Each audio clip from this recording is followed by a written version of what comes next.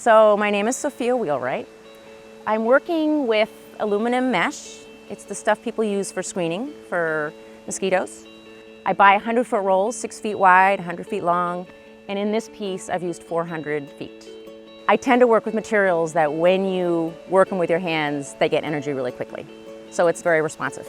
The inspiration for this piece was the mists that come in the field at night and hover in the field. They don't seem to come into the trees.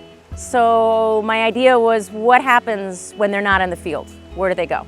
And so this is sort of them creeping in and exploring the trees where they don't normally hang out, because normally, because of the temperature differential, they're out in the field. So one thing I love about this material, and one of my favorite things about being around when people walk through, is it seems to be a material which maybe in this setting will look like clouds. For other people it'll seem like waves, water, air. Someone said dragon's breath. It's amazing what people come out with. So to me, there is never a fixed thing. I love the fact that as you walk through it, different times of day, it evokes different things. I want someone to walk through and have their own interpretation of what it will be. And one of the things is, since it moves, and since light plays on it in different ways, it will change.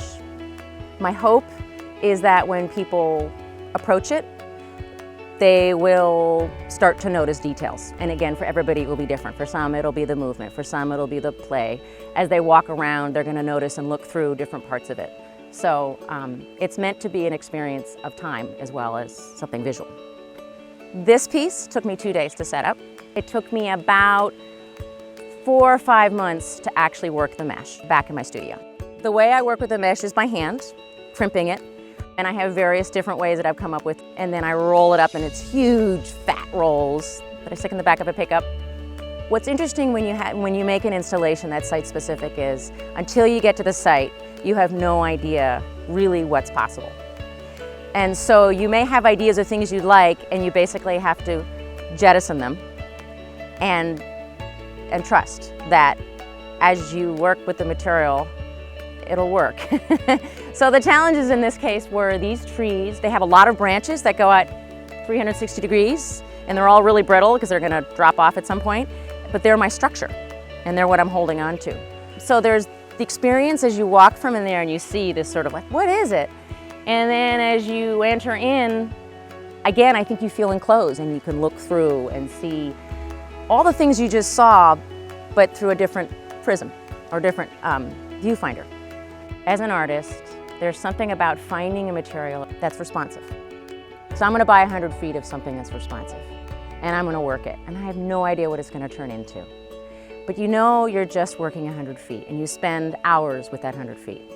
And then you take that 100 feet and you go to a space, and it's like a dance.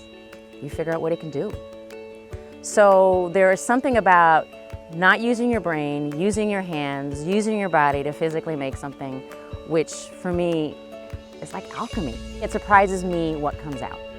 And it's both exciting, sometimes scary, and always interesting. And it seems sort of like a metaphor for life to me. The best days are the days I can't control it, and I just do one step at a time, and I end up at the end of the day and it's been the most amazing day. Well, that's sort of what making this stuff's like. I intend, based on this experience, to do more. It's been incredible.